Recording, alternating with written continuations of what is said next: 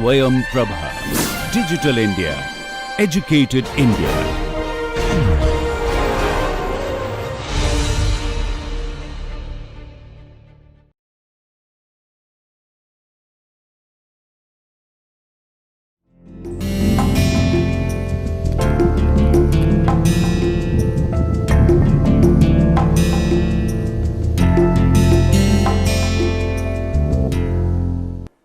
Hello, my name is Dr. Himanshu Tyagi and I am teaching this course on heat and mass transfer. I think for last two lectures we have been looking at a very interesting topic of heat exchangers and we will continue with that today. Let us continue today's lecture and try and see what first we have done in the previous lecture. So, I think these are some of the images that we had started with. We had looked at the overall heat transfer coefficient U, its definition, and then we had calculated its value for simple case of very thin pipe. We had also done one solved example where we had calculated the value of U. Yep, it had turned out to be like this. Then we had looked into the first part of the thermal analysis of heat exchanger. I think this is where we are right now. There are two methods with which we can thermally analyze the heat exchanger. The first method is the LMTD, also known as the log mean temperature difference, and over here our main objective was to figure out what is the value of delta T that we should take. So, this is our challenge over here, that there are a lot of delta T's that we can see around in both parallel flow and counter flow heat exchangers. So, I think what we did was we started with the energy balance and we wanted, that is where this question mark is here. So, we did energy balance for a very small differential volume and I think that is shown over here. And then we solved these particular equations in order to obtain the value of delta Lm. So, we call it the log mean temperature difference, which final expression turned out to be this, which is written in green color and which I am highlighting with the red boundary over here. Once we know the value of delta T, if we know the log mean temperature difference, we can simply substitute in the expression for Q dot over here. And if we have the value of U and AS, then all these three parameters we know, then we can figure out the value of Q dot over here. And this analysis we had done for parallel heat exchangers, and I think I had concluded the last lecture by asking the question that for cross flow heat exchangers such as the one which is shown over here. So, I will abbreviate it as CF, this is a cross flow and HXN stands for heat exchanger. So, we have the hot fluid and cold fluid. Hot fluid I generally show with red color and cold fluid with blue color. So, in this case how will we define the delta Lm. So, I think over here we can write the same expression that we had written earlier on. So, I can write the same equation. This is the difference in temperature divided by the log of the ratio of these differences. So, it sounds a mouthful, but I think students can figure it out very easily. It is just that delta T1 will define on one of the sides, maybe the left side, delta T2 on the right hand side. And the interesting thing is, even if we swap these left and right hand side, I can define delta T2 on the left side and delta T1 on the right hand side, we will still get the same answer. Now, what we want to do is, we want to do one solved example, which will help us crystallize this particular concept, and let us go ahead and do that. So, I am going to search for a blank slide. I will skip some of these figures and tables, which we are going to use towards the end of today's lecture as well as in the next lecture. So, let us do a solved example, which will help us crystallize the concept of LMTD. And the interesting thing will be, we will try and, if time permits, maybe next lecture, we will try to solve the same solved example that we are doing today with the next method as well, which will give us a very good comparison between method 1, which is LMTD, and method 2, which is the epsilon NTU method, which by the way we have not started yet. So, I am just giving you something advanced information. So, let us consider two fluids which are flowing inside a counter flow heat exchanger. Cold fluid, maybe I will use black over here, and it is inside a bigger pipe over here like this. So, let us say water in this case is the cold fluid which is flowing through the center pipe over here. So, water is entering at a cold temperature relatively. So, water inlet is over here. I will say this is T water in, or since I know it is a cold fluid, I can also write T C in.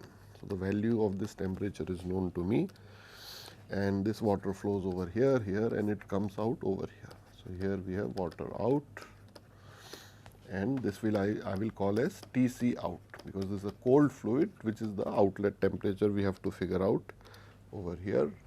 Let us say water is serving the purpose of cooling oil. So, we have hot oil going in over here, and let us say its temperature is about 100 degrees. So, I will call it T H in, because this is the hot fluid which is entering over here, very high temperature, and I will call figure out that the temperature is 100 degrees. This is something which is given to us. So, this is how the oil is flowing, and then oil comes out over here, and its outlet temperature T H out is also known to us as 80 degree centigrade.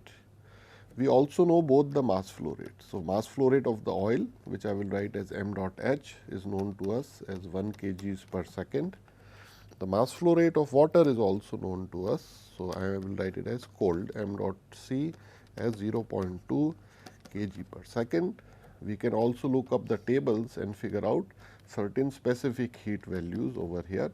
So, for water, the specific heat value that we will consider is 4180 joules per kg Kelvin, and for oil we can look up in some table or some reference book to figure out the approximate value.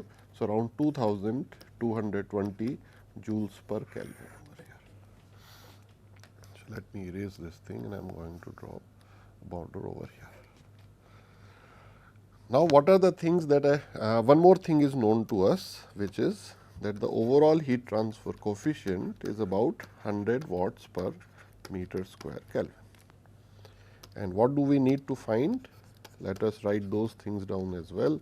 So, the first thing I need to find is the temperature of water at the outlet. So, I need to find cold fluid outlet temperature, and the second thing that I need to find is what is the overall area of the heat exchanger A s. Okay.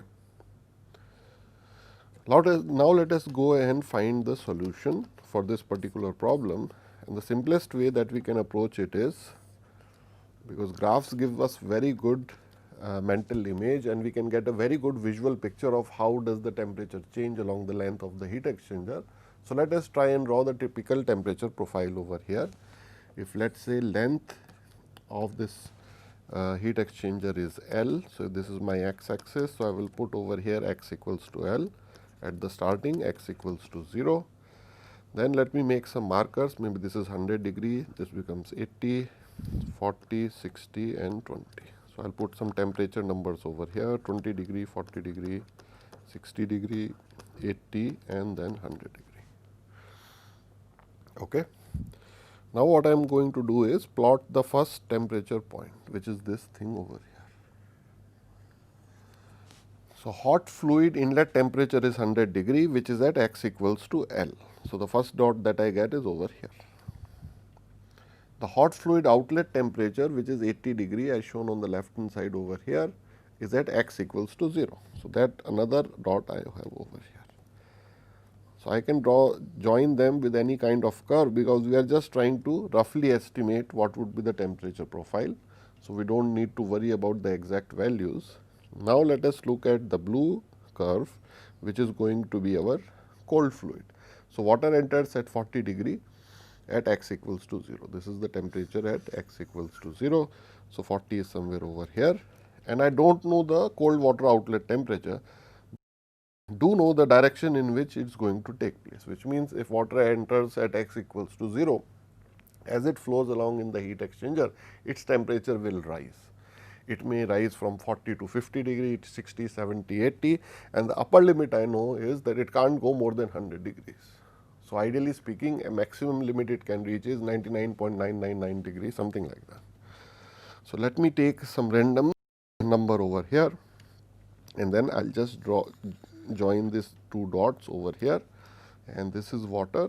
So, I will say this is water, and this temperature I will put a question mark because I do not know the exact value. Okay. And here I will write oil. Now, let me go back. I will not go back because there are a lot of slides in between. Let us just draw the two values of delta T1 and delta T2. I can write any of these green arrows as delta T1 and delta T2. So, let me just pick randomly. This one I pick as delta T1 over here. So, this I say is delta T1, this I will say is delta T2. So, this is how I have simply taken the information that was given to us, and before solving the actual problem numerically, I have created some sort of a physical image in my mind that from a physics point of view, when a hot fluid is cooling down and it is trying to raise the temperature of another cold fluid by transferring energy to it, how would the temperature profiles typically look like? So, I do not know the exact values right now, whether it will be a straight line or a curved line.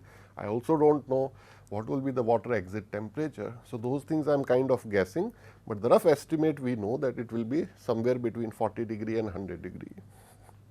So, let us go ahead and write the first equation that we will use after this particular step. Okay. So, the first thing we want to figure out is the water outlet temperature, which means in order to calculate this, it seems clear to me that we can apply the energy balance equation, which means the amount of heat lost by the hot fluid is equal to the amount of heat gained by the cold fluid, which I can write in expression like this: m dot h Cph Th in minus Th out, which is equal to m dot C Cpc, and here I will do the reverse because cold outlet temperature is higher than the cold inlet temperature. That is the whole purpose of the heat exchanger. And in this equation, everything is known to me except one variable, which is this. So, it is a one variable, one equation problem. I can solve it very easily. All I need to do is rearrange these terms. So, I think that whole exercise I will leave to the students. What I am going to do is write the final expression after a few steps. Okay.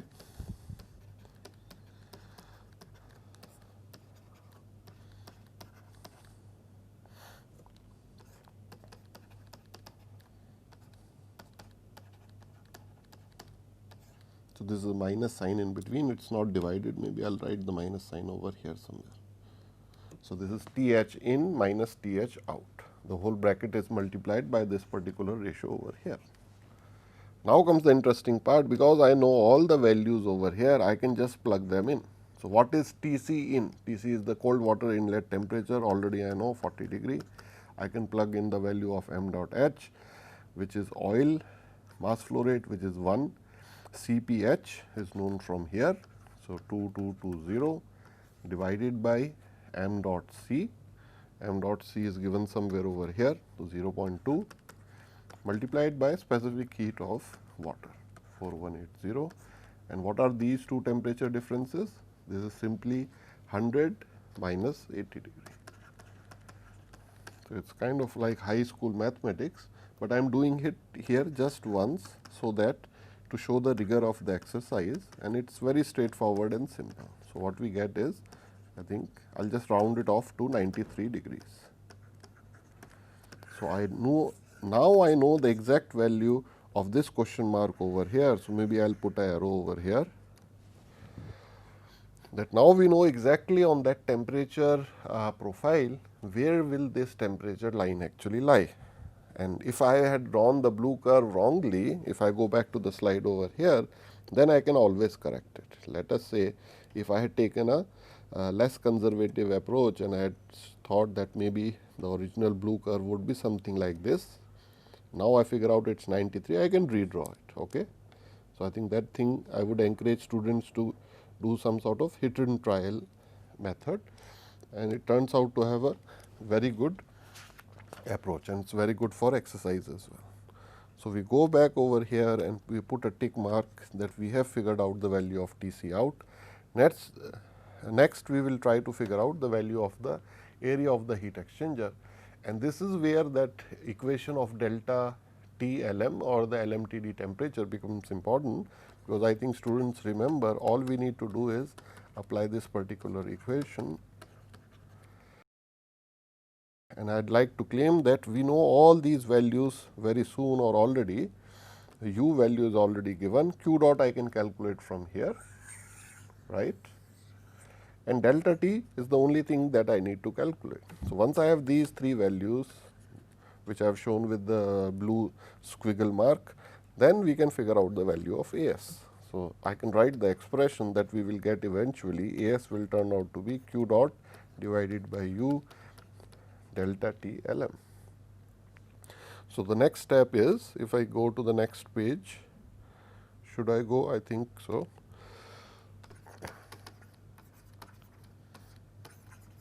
Calculate the value of delta T L m. So, this I am going to do pretty fast, because this is straightforward. So, we get delta T 1 minus delta T 2 divided by log delta T 1 delta T 2.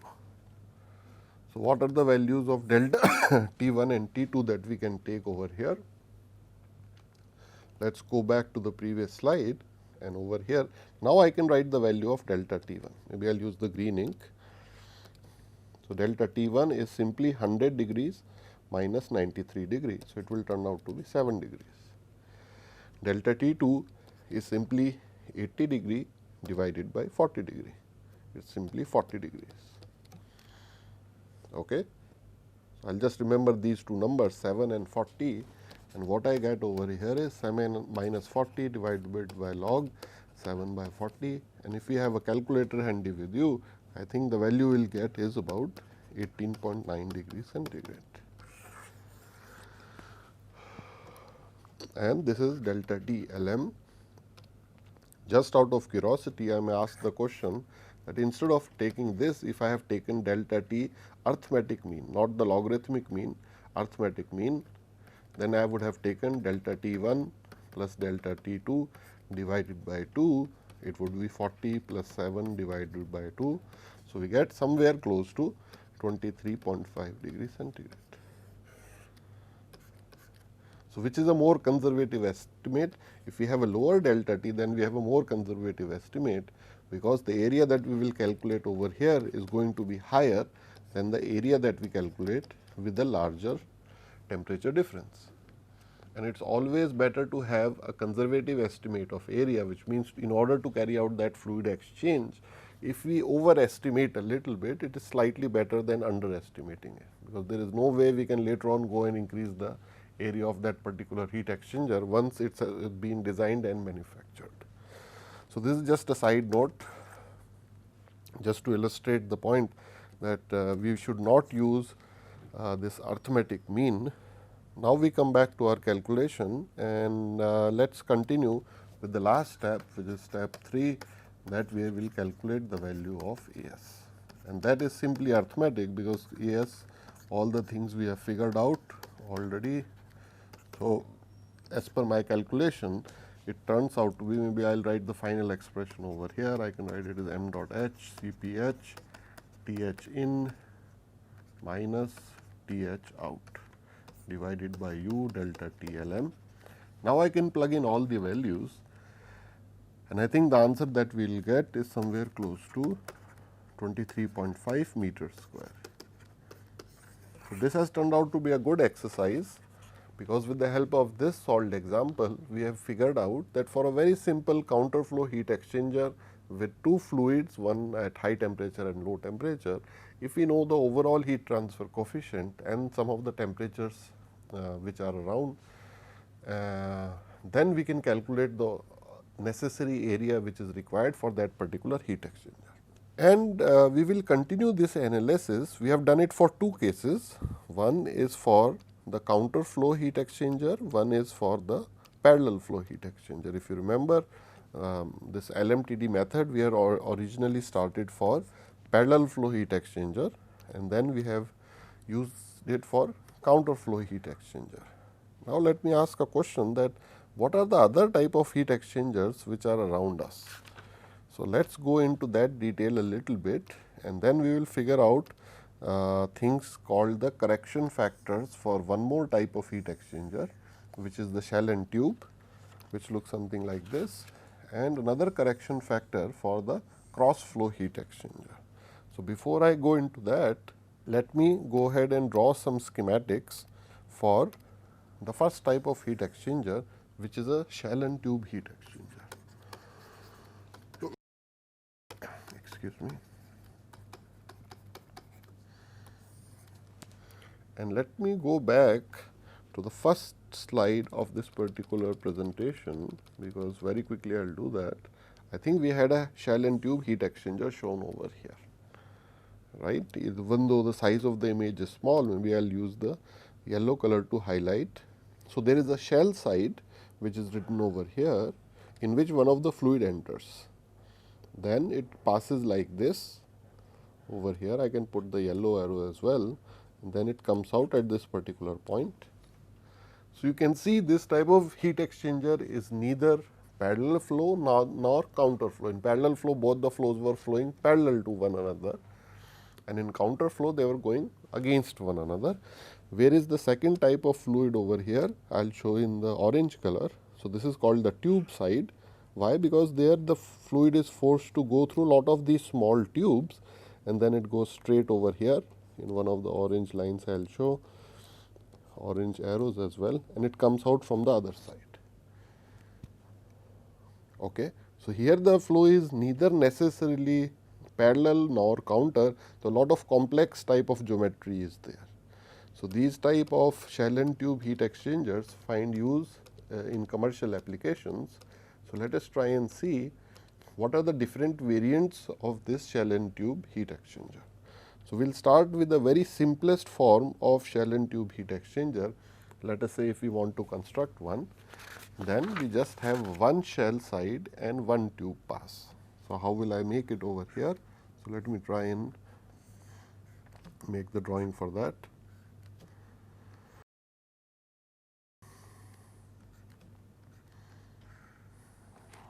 So, this is the big shell in which, so the fluid enters over here. So, we say if the fluid is entering here, it is entering from the shell side inlet, and the fluid will eventually come out over here. Maybe the fluid will go like this, it will go like this, or it will go like this. So, there is one opening and one exit. So, we will call it as the shell side outlet. Okay. The other fluid, so maybe this is one of the fluid which needs to be heated. So, I will erase these arrows over here, and let us draw where would the tube come in and go out. So, I can draw a single tube across over here, and this I will call as the inlet. So, I will call as the tube side inlet. Okay. And whatever is coming outside over here, we will call it the tube side outlet. So, just as in the previous example, we had taken this particular case for cross flow heat exchanger. So, I can write over here, it is an example of cross flow heat exchanger, where one of the fluids, which is hot oil, is entering on one side and the colder fluid is entering on the other side. So, we can have similarly over here the same kind of a mechanism, where maybe the hot oil enters from here and the relatively cold water enters from here, and it need not be both should be liquid. One can be liquid, one can be gas, both can be gases as well. And then eventually this fluid will flow over here, it will interact with the red fluid flowing inside the pipe. Let me show that as well. So, the red fluid will simply flow inside the pipe and come out from the other side. And what may happen to this design of the shell tube heat exchanger is perhaps all the flow will go over here, it will eventually come back over here, and we may see some sort of recirculations going on over here. So, this zone may not participate. So, the coolness of this cold fluid will not be felt by the hot fluid which is flowing inside the tube. So, what are some ways in which we can prevent this problem? So, this is a problem if we have a recirculation region over here, which and what is the problem over here? All this fluid is just staying by itself, it is neither contributing for the cooling or the heating part of any of the fluids. So, this is kind of a waste of an area. So, if we want to incorporate the participation of all the fluid, we will have to force it to interact with one another. Okay. And one of the ways that we can do that is if we put baffles inside the heat exchanger. So, it is still a one shell one tube configuration. So, I will mention it somewhere over here that this whole thing is a one shell. So, we add the word pass to it. So, it is a one shell pass and one tube pass heat exchanger. And once I start drawing the two shell, two tube and more, then we will figure out that what exactly do we mean by one over here. So, what we can do in this particular situation is put some baffles over here. So, these physical barriers are known as the baffles, and because of their presence, this cold fluid entering over here cannot simply come in this direction like it was going earlier in the top case. Here it will be forced to go over here because there is no other region through which it can pass, then it will be forced to turn over here, then here and then over here. Okay. And similarly, the red fluid will simply go over here and here. So, in this particular case, I can show with the red arrow that in the fluid inside the tube passes once. If it comes in on the right hand side, it passes once through this particular tube and then gets out. So, it is a one tube pass. The same thing I can show with the blue arrow in the shell side. Maybe I will mark it with a double arrow for the shell side. The water which enters from the top, it passes through once through the shell and then goes out. So, are there more configurations that we can have, maybe two shell, four tube pass? So, let us try and see those configurations as well. So, I will just write the word baffle over here just to highlight the point that we have made over. So, we have baffles. So, these are baffles which are put over there to enhance the heat transfer. So, why do not I start on a new slide over here, and what I want to do on this slide is draw just to play around with the numbers. So, what I am going to draw is now one shell pass plus I can try and increase the number of tube passes, and let us try and see what happens. So, one shell, one tube pass we have already seen, but I will draw it just again for comprehension's sake. Okay. Then what we are going to do is increase the number of tube passes. So, I can have one shell, two tube pass, I can have one shell, three tube pass, I can have then four tube pass. So, this exercise I am just playing around just to show to the students that how easy it is to design for these particular cases. It is very straightforward, and then it will also help the students figure out that what do we actually mean by these passes. Okay. So, in all the cases, maybe this is the first case, then we can draw the second case over here.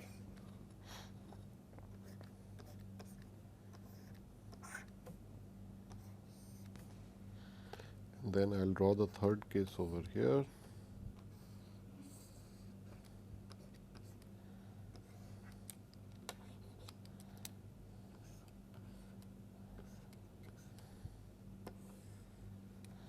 And finally, the fourth case I will draw over here.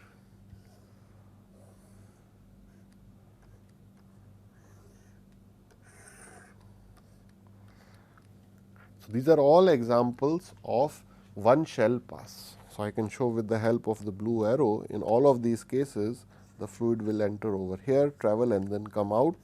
So, it is traveling through the shell only once. This is the shell side I am showing in the blue arrow, and now let me draw the tube passes. So, we have, so this is the one shell and one tube pass. Then we are going to draw one shell, two tube pass. So, this is not I, this is 1. So, I will put a 1 clear over here. Then we will have one shell, 3 tube pass, and finally, we will have one shell and 4 tube pass. So, what does one tube pass mean? That the red fluid will enter from one side, then it comes out on the other side. This is one pass of the tube, and this is something we have already drawn in the previous slide. So, this hot fluid entering, and then the cold fluid I will show over here, it is coming over here and here. So, I think this thing is very straightforward. Now, what happens in two tube passes is that the fluid will enter like this, and then it will take a turn and then go back over here. So, if I can draw it neatly, I will show the thickness of the pipe as well, and then it goes over here. Now, we can clearly see with the help of red arrows that the tube is making two passes. This is the first pass over here. Here it was only one pass for the tube. So, I am going to put number 1. Here I will put number 1 over here, but then it comes back. So, this is the second pass for the fluid flowing inside the tube. So, this is number 2. So, we have drawn the first one and the second one, and I can put lot of these blue arrows over here.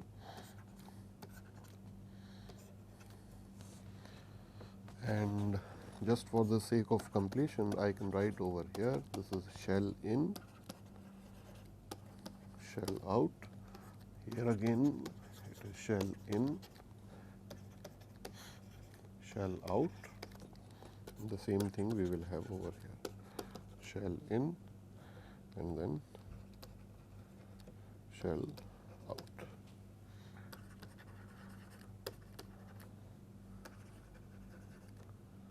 Shell out. Okay. So, I will just recap once again. This is the first pass of the tube over here, and this is the second pass. Now, similarly, I will ask the student, can we also draw for 3 passes? So, how will the direction look like over there? Okay. Let us try and draw it for the 3 pass. So, here I am not going to show the width of the tube, I will just show a single line which represents the whole tube. So, it goes over here. So, with red arrow I can now indicate that the fluid enters over here, it travels in this particular direction. Okay. So, this is tube pass number 1, then the tube reverses and the fluid is traveling in the other direction. This is tube pass number 2, then it goes over here, over here, over here, over here. Then this is tube pass number 3. So, we have drawn, this was one shell, one tube, one shell, 3 tube, one shell, 2 tube, and one shell plus 4 tube. So, I hope now the concept of passes is clear, that whatever is flowing in the shell, that has flown one time. So, we will call it one shell pass, and how many times we can count inside the tube. So, very quickly we can draw for 4 also. So, just for the sake of completion. So, here the fluid enters over here, second, third, fourth. Okay. So, very quickly we can draw with the red arrows. So, fluid entering over here, going in this direction, then reverse direction over here, then in this direction once again and then over here as well. And I can write the number of tube passes. This is the first pass, second pass, third pass and fourth pass. So, we have drawn all these 4 cases. All of them are one shell pass, and the number of tube passes we have increased from 1, 2, 3 and 4. Okay. Now, student may ask that what happens if we have more than one shell pass? Is it possible? So, certainly it is possible. Now, we are going to increase the number of shell passes also as well as tube passes. So, for that maybe I will move to the next slide. I will go to the next slide over here. So, over here what I want to do is, I want to draw the same thing as the previous case. It's the only difference is it will be now for 2 shell pass, plus I will consider 4 cases over here. I will start with 2 tube pass, then 4, then 6, and then 8. So, I think students can see some pattern that the number of tube passes is kind of a multiple of the number of shell passes. So, when we had 1 shell pass, then we could look at how many tube passes 1, 2, 3, 4, we are just multiplying by integers. When we have 2 shell passes, then we are not looking at 1, 2, 3, 4, now we are looking at 2, 4, 6 and 8 number of tube passes. Okay. Now, let us draw the first case over here. So, let me draw it this way.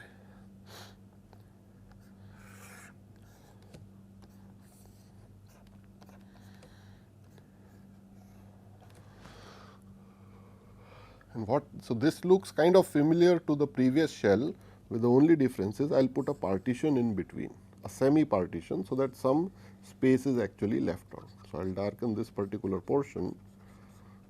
Let us say there is no tube, it is just the fluid which is entering. So, I will show the blue fluid is entering over here, and I will call it shell inlet. I will just write SI, which stands for shell inlet, and over here it is the shell outlet.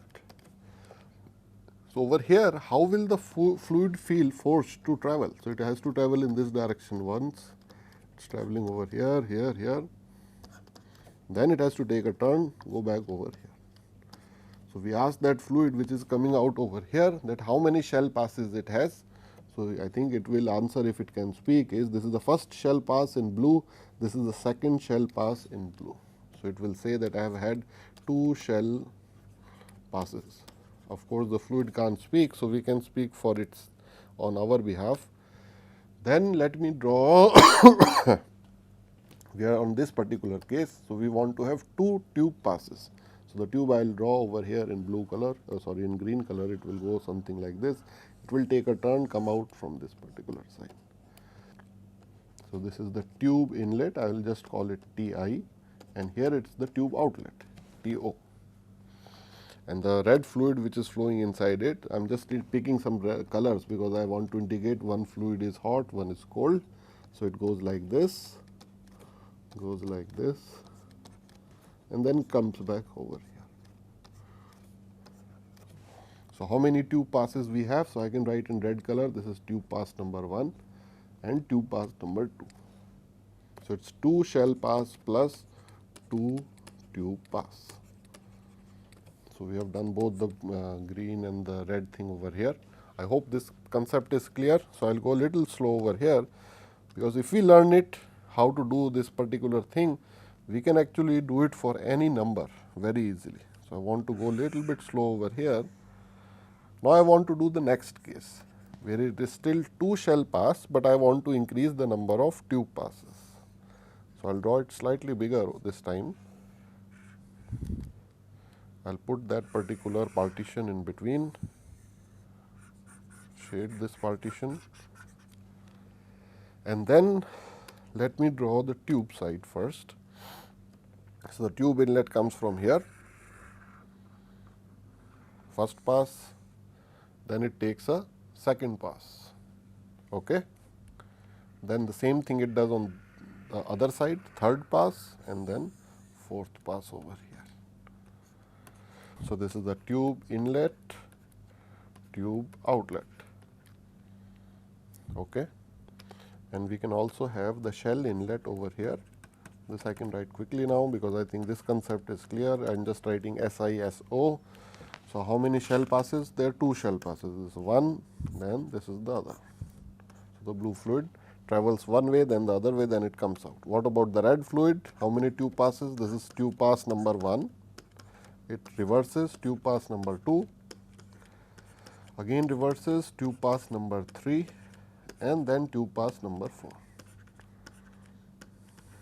Okay. And let me also give nomenclature to these different cases. So, I will call it, this is case A, this is case B, Now, very quickly we can draw case C and case D, because I think we have understood the concept now, right. Now, let us draw case C, and I can draw it pretty fast now, because I know what we are looking at over here. So, there is a big partition in between. Okay. So, I need to draw 6 tube passes now. How am I going to draw it? Fluid comes in here, first pass, second pass, third pass goes out here, fourth pass, fifth pass, sixth pass, it comes out over there. So, I can just put the red part now, because blue thing is I think very straightforward. So, this is pass number 1, pass number 2, 3, 4, 5, then 6. So, this is 6 tube pass. Other labels I think students can put themselves, because now it has become very clear what we are trying to do over here. So, there is still 2 shell pass, because the blue goes once here and the other way over there. And now finally, we can draw that the 8 pass as well.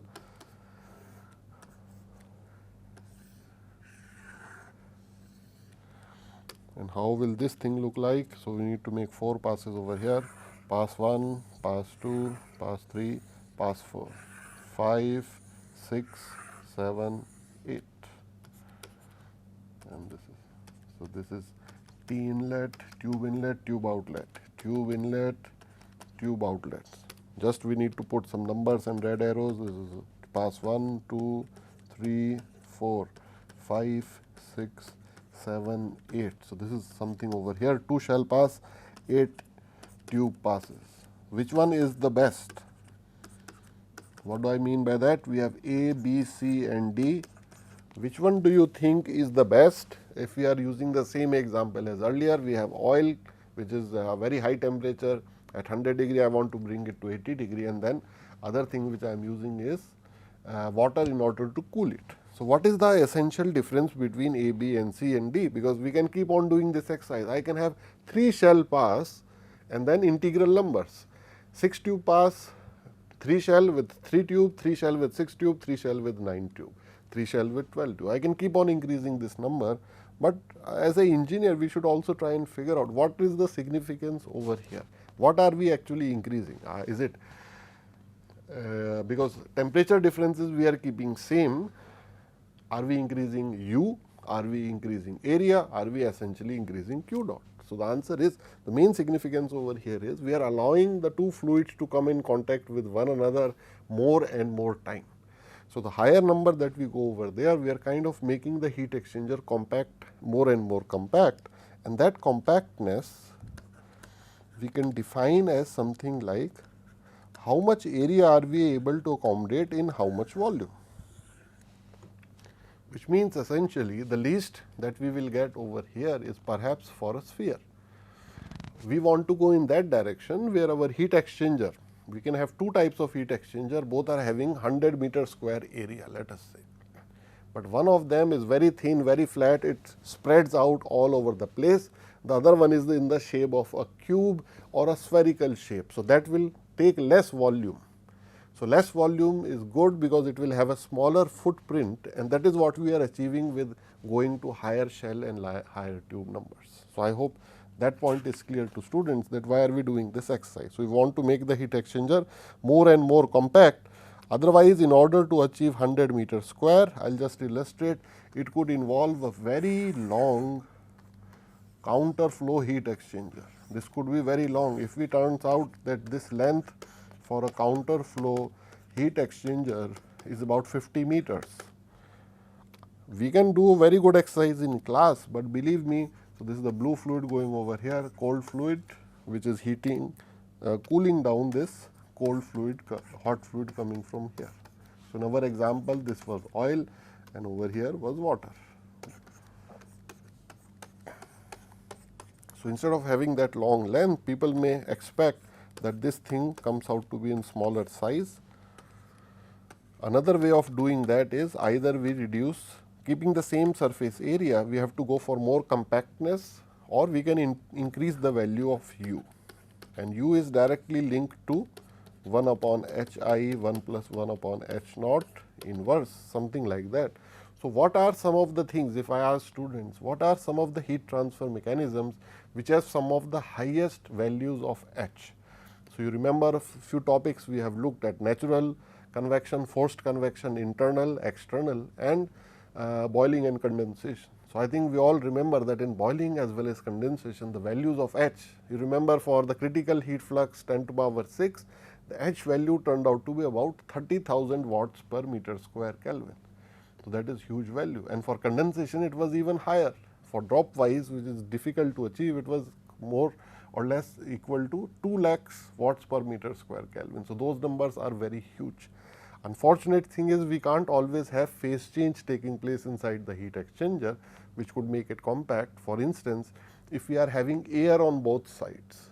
So, air we have looked at in forced convection lectures, that H value is going to be very, very less. Maybe it could be about 100 or 200. So, there the overall value of U itself, if both H's are about 200, then U value will be about 200 as well. So, just imagine if there is some way in which we can reduce that area.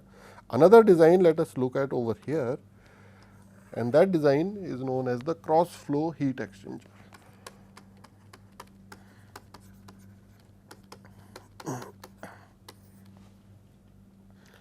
So, we have let me draw quickly over here. We have studied the first case, which was parallel flow heat exchanger, where both the blue and the red fluid flowed in the same direction. They were flowing in the same direction, and the temperature profile that we were getting is something like this. One goes like this, another one goes like this. Then we have counter flow heat exchanger, same configuration, but here one of the fluids is going in this direction and the other fluid is going in this direction. So, here if you look at the temperature profile, it kind of looked like this. So, this is counter flow heat exchanger. What if the two fluids are not going neither parallel nor counter, but maybe at normal or perpendicular direction to one another? What am I talking about? If we have lot of tubes like this, and I think I can have another tube over here, and let us say the fluid is not going left or right as these pipes are, but actually the fluid is going normal to it, it is going perpendicular to it. So, maybe it will be called the cross flow heat exchanger, and if my drawing is good, maybe I can draw it over here. So, we have lot of long tubes or pipes like this. Okay, I think that is part is clear, and now instead of the air going along it or opposite to it, it is actually going across it, which means the air is going in this direction. So, it is going to flow through these particular tubes, on top of it, below it, somewhere like that. So, if I can draw the top view, what I will see over here, if I view it from this direction, I will see lot of circles which represent these tubes, and the air is actually going like this, it is going across the circle. So, this is a perfect example of a cross flow heat exchanger. Again, it is used because it is one of the compact heat exchangers. Its meter square per meter cube value turns out to be very, very small. So, there we can get, oh, I am sorry, it is the other way around, meter square per meter cube value will be very high, because for very small volume we are getting very large area. Sorry, I misspoke over there, please correct it. So, here we can have cross flow. I will give some example over here. If let us say my cold fluid is on flowing through these particular tubes. So, what is happening over here? Very cold fluid is going, maybe a refrigerant is flowing through these tubes, and the hot air is actually flowing over it. So, of course, this is what is happening inside this room. Anywhere air conditioning is operating, that some hot air is there, and I want to cool it with the help of some cold tubes. Those tubes are cold because refrigerant is flowing inside them. So, what will happen over here? Refrigerant may get little bit heated. So, from 10 degree it may come out at 15 degree or 20 degree, let us say. So, this is the outlet temperature of the cold part, and the hot fluid, which is air, which will get cooled when it comes out over here. So, maybe this is a very good AC which is taking 40 degree air, converting it to slightly lower temperature at 30 degree, and this is a good example of cross flow And one small variant we can have to the cross flow is if I can put some partitioning plates over in between, which means I can have two categories of cross flow, one in which the fluid is actually mixed. So, I will write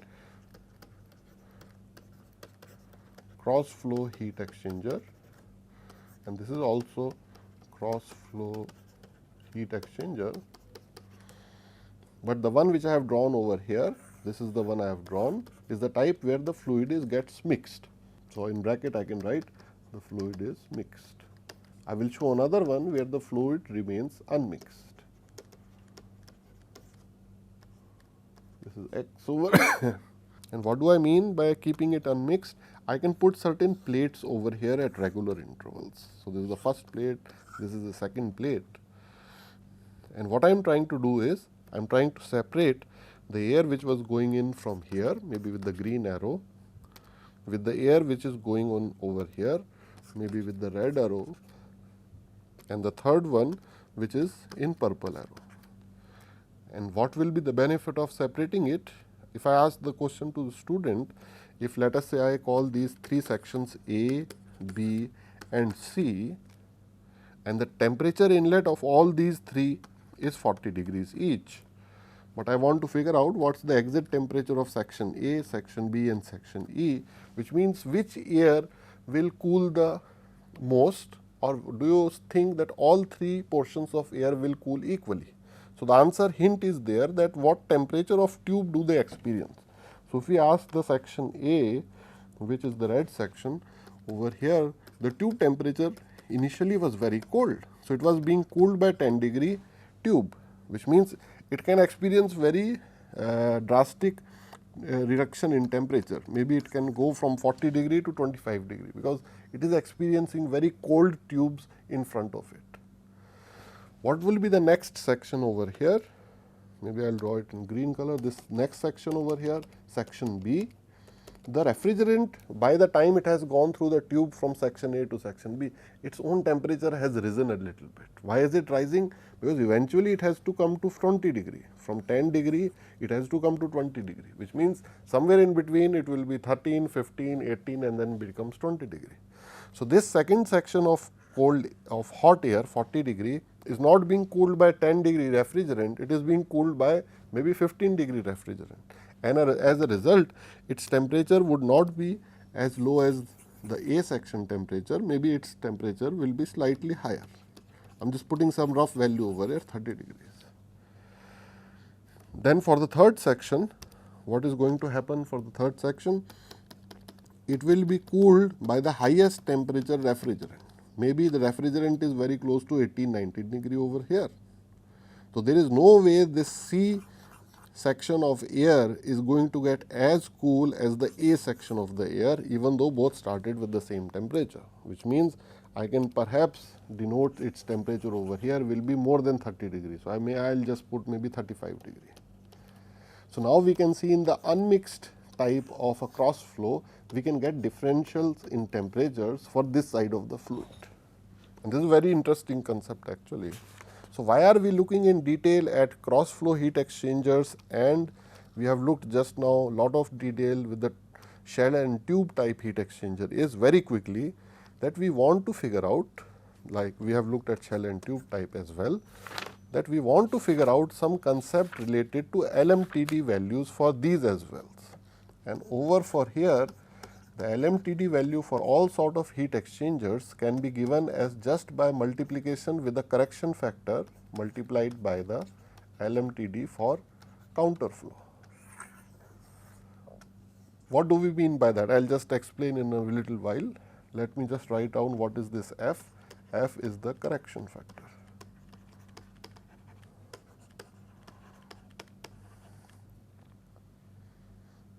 Okay.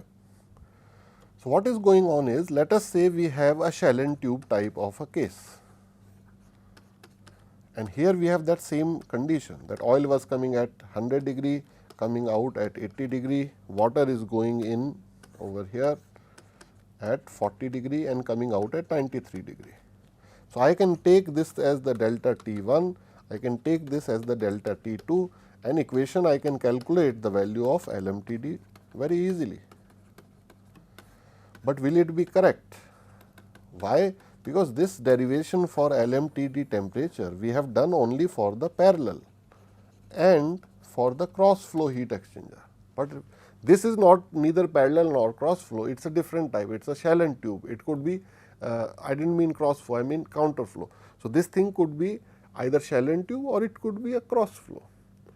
So, shell and tube or cross flow, neither of them is a parallel, purely a parallel or a purely counter flow. So, what most of the literature suggests is we can assume that it is kind of a counter flow heat exchanger, and just later on from some tables or figures for the actual case we will figure out some correction factor value f, and that one figure I will show very briefly over here. For that thing, yeah, we are over here. So, we have looked at so much detail of shell and tube type. So, I think students can immediately tell what type of this shell and tube it is. If I have to write how many shell passes, so I think it is one shell, and how many tube passes, two tube passes. What is going on over here? How many shell? So, once over here, second time over here. So, it is a two shell, and how many tube passes I can count? 1, 2, 3, 4, 4 tube passes. So, this is the correction factor given over here. If I just figure out the value of P, which is very easy because all the 4 temperatures are known to me. Okay? And the second thing I can figure out is the value of R, which is given over here, and this is not difficult as well because all these are same temperatures which I have figured out earlier as well. So, as long as I have any geometry of heat exchanger, as long as I know the inlet and outlet temperatures of both the fluids, which means I know 4 temperatures, I can find out the value of P and the value of. So, let me assume if the P value is 0.5, so P value is 0.5, and let me assume the R value is 1, then I will just go over here 0.5 and 1, I have this particular dot, I will circle it, and the correction factor which I get will be this thing over here, which means if the correction factor I get is 0.8, I just go and multiply that equation which I had earlier over here, this value I will multiply. So, this f will turn out to be 0.8 in my simple example that I have discussed just now. And the same thing I have shown for shell and tube type, the same thing can be done for cross flow as well. So, I had talked earlier that one of the cross flow is the unmixed one is the mixed one. So, you can see it very clearly from the schematic over here, and the same thing we can know. If I know all the 4 temperatures over here, I can calculate the value of P, I can calculate the value of R, and I think as engineers we are having lot of good practice figuring out what how to plot these things and what is the value of from looking from a figure. So, I think I will try to stop over here for today. With this equation I will highlight over here. So, this is the equation I would like to highlight, that correction factor is very easily figured out with some tables or some figures we can very easily know as long as we know all the 4 temperatures. So, let me summarize what we have looked at today's lecture. I think what we did was we looked into the details of the LMTD method. We have already derived the expression, but we did one solved example as well. Then we kind of played around with the diagrams for shell and tube cases. So, we looked at one shell and so many tubes, then 2 shell and so many tubes, and we can continue doing it as long as we have understood the concept. So, that is why it was important to play around a little bit, and we looked at the compactness number, and we looked at how does the cross flow for mixing and unmixing case look like. When we meet for the next lecture, one small topic is remaining, which is very important, which is the epsilon NTU method. So, we will continue with that. Till that, I thank everyone. Thank you.